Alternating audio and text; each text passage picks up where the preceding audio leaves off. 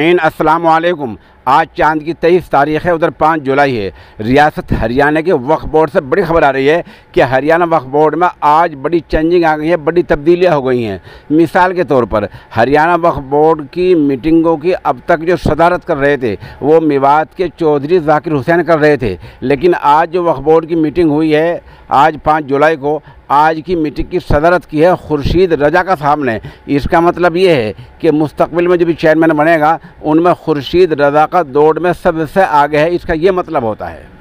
दूसरी बड़ी तब्दीली आई है कि हरियाणा वक्फ बोर्ड के एडमिनिस्ट्रेटिव ऑफिसर का बाकायदा चार्ज जनाब अयाज महमूद साहब को दे दिया गया है। बहरहाल जो एक सीनियर और तजर्बेकार और बासलाहियत अफसर हैं, बोर्ड में इस तरह का उनको चार्ज मिलना नेक फाल समझा जा रहा है।